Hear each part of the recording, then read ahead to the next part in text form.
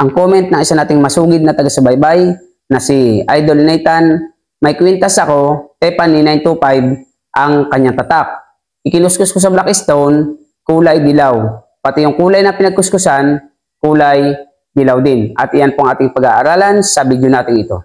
Lamang ang may alam.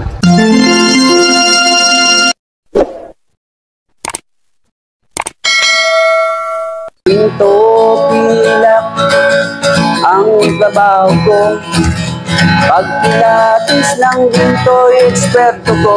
Magandang panahon po sa inyo mga kaibigan ko, dito po sa ating channel, More Than Treasures. Kumusta po kayong lahat? Naway na sa mabuti kayong kalagayan at lagi pong ligtas sa anumang sakit at karamdaman. Sa video po natin ito ay ating tatalakayin ang isang komento ng ating masugid na taga-subaybay na si Idol Nathan. So ang sabi po niya ay ganito, mayroon daw po siyang kwintas na silver, ang tatak po ay Tiffany 925. Nung ikuskus niya po sa Blackstone, kulay dilaw. Pati daw po yung kanyang pinagkuskusan sa bato ay kulay dilaw. So nais ko lamang pong malaman nyo mga ka-More Than Treasures na ang silver po ay may dalawang reaksyon sa bato.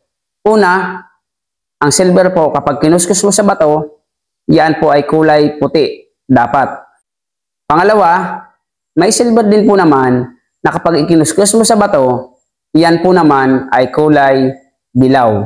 Ngunit kung ang silver ay pag kinuskus mo sa bato ay kulay dilaw, yung isa naman ay puti, pag sila po ay pareho silver, iisa lamang po ang presyo niyan. Pareho po silang silver. Sapagkat may mga silver po na kulay dilaw nga po ang kulay kapag ikinuskus mo sa bato. Ngunit pag iyan naman po inilagyan mo ng asido, maging kulay dilaw man sa bato o kulay puti sa bato, yan po ay mabubura parehas. At kapag po ang isang alahas na silver na inakala ay kulay dilaw ang pagkakuskus mo sa bato, dapat po buhusan mo mismo yung pinakang kwintas mo ng asido. Ang reaksyon po ng iyong kwintas na silver, kapag yan po ay silver, yan po ay hindi dapat magkukulay berde.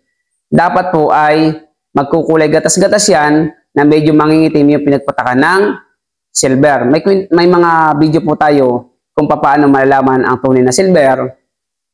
Andyan po yan sa ating mga YouTube. So ang tatak pong Tiffany, yan po ay tatak ng isang silver. Tiffany 925, Sterling, Bulgari 925, Italy 925. Ngunit ang Tiffany po ay kilala po ito na company ng isang alasan. Kaya po ang Tiffany ay mahal po kapag bibili mo sa pwesto. So nais ko pong malaman nyo mga ka-More Than Treasures, mapadilaw man o puti ang pagkuskus sa bato, yan po ay isa lamang silver kung yan po ay original. So nawa po ay may natutunan muli kayo sa ating video at kung nagustuhan nyo po at bago ka pa lamang, pakisubscribe po ang ating channel, pakihit nyo po notification bell, lagay nyo ay all upang lagi po tayong update sa ating mga bagong video. At kung nagustuhan nyo nga, pakilike and share po sa mga may katanungan, comment po kayo sa ating comment section. At sa mabilis na usapan, meron po tayong FB page, More Than Treasures. See you in our next video. God bless po.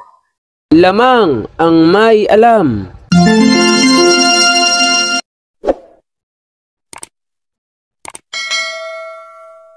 Ay isang masayang ng ginto, alam ko ang tunay